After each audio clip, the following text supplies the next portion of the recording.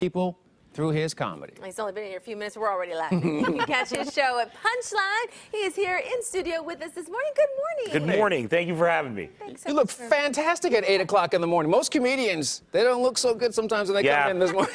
After Well, I am the greatest, so, you know, it comes with, no, Kidding.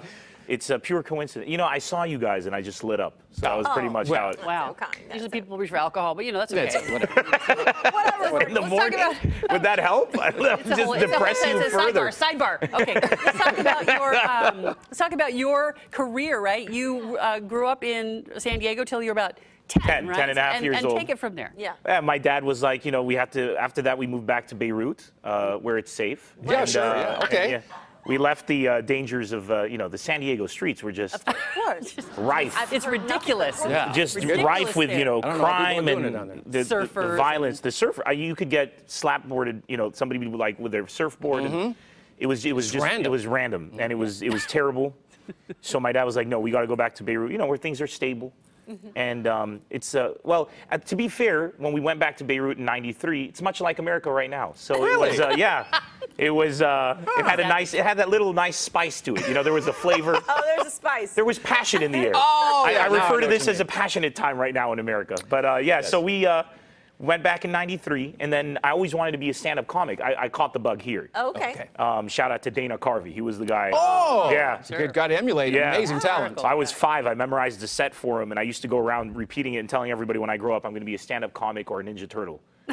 And So glad you're interchangeable. comics. They're Both interchangeable. well, I haven't given up on the Ninja Oh, okay. Turtle. It's a lot of problems with stem cell research, but what I'm trying to, I figure that if I can make enough of an impact with my comedy, maybe I can further the field. But that's a different Yeah, there you story. go. Yeah. And then in 1999, I was a freshman at university. I wanted to do stand-up. There were no comedy there is no comedy scene in the Middle East. I don't know if you've heard, but it's I did not know there's that. not a lot of fun going on over there. I did not know that. But Traditionally. yeah, you make it fun in your act. I mean, I don't know how you're doing well, that. because the Well, how people. do you Here's the do thing: the Middle East was because there was so much horrible stuff going on. Right. Everybody survived through comedy.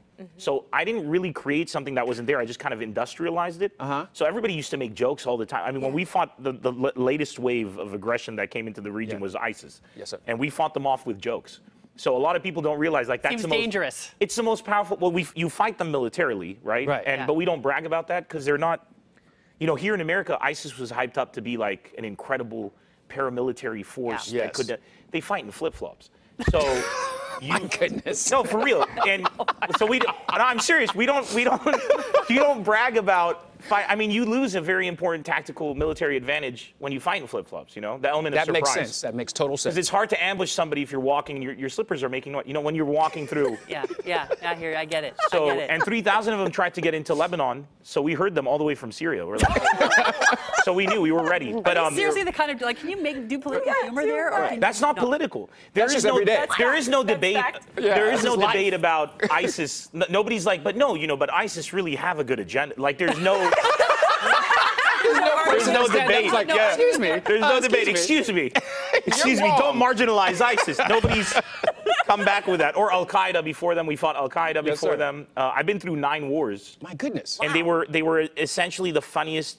I know this sounds counterintuitive, but they were hilarious. Because what would happen is we don't like to give the enemy the satisfaction of knowing they got to us. That Right, makes sense. right. So over there, what I noticed is everybody would use comedy. So, you know, you have a terrible terrorist attack, and people are out making jokes. We don't take days off. It's a very weird culture, but that demoralizes the enemy because they're like, what the hell do we have to do to get back at these, like to give these guys a bad day, you know, like Jesus Christ. Right. You wouldn't say Jesus Christ, but No, I mean, but as an yeah, example. I mean, the same emotion. And so basically, I did stand up there for so long, and then 4 years ago, 2014, you know, we were selling out stadiums and arenas across the Middle East and uniting people from all religions.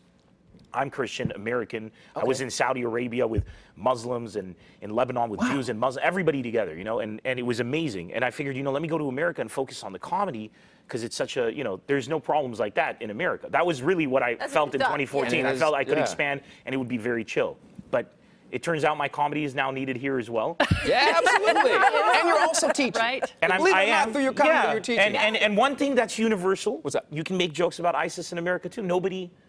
You don't have pro-ISIS people here either. Well, yeah, well, You know, hardly. I haven't met Very any, few. not yet. I haven't yet either. Might be a We do couple have here one and of there. everything here in this country, but I haven't Right. met that just yet. No, white supremacy is here, but thankfully not pro-ISIS-ity yet.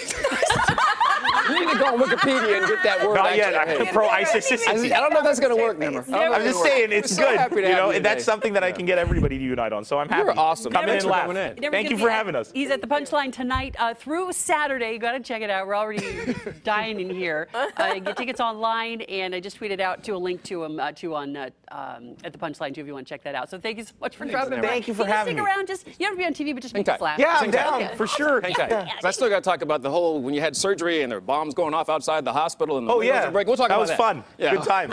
We'll talk about that. Oh my goodness. 8:20 now Sounds this fun. morning. Never lose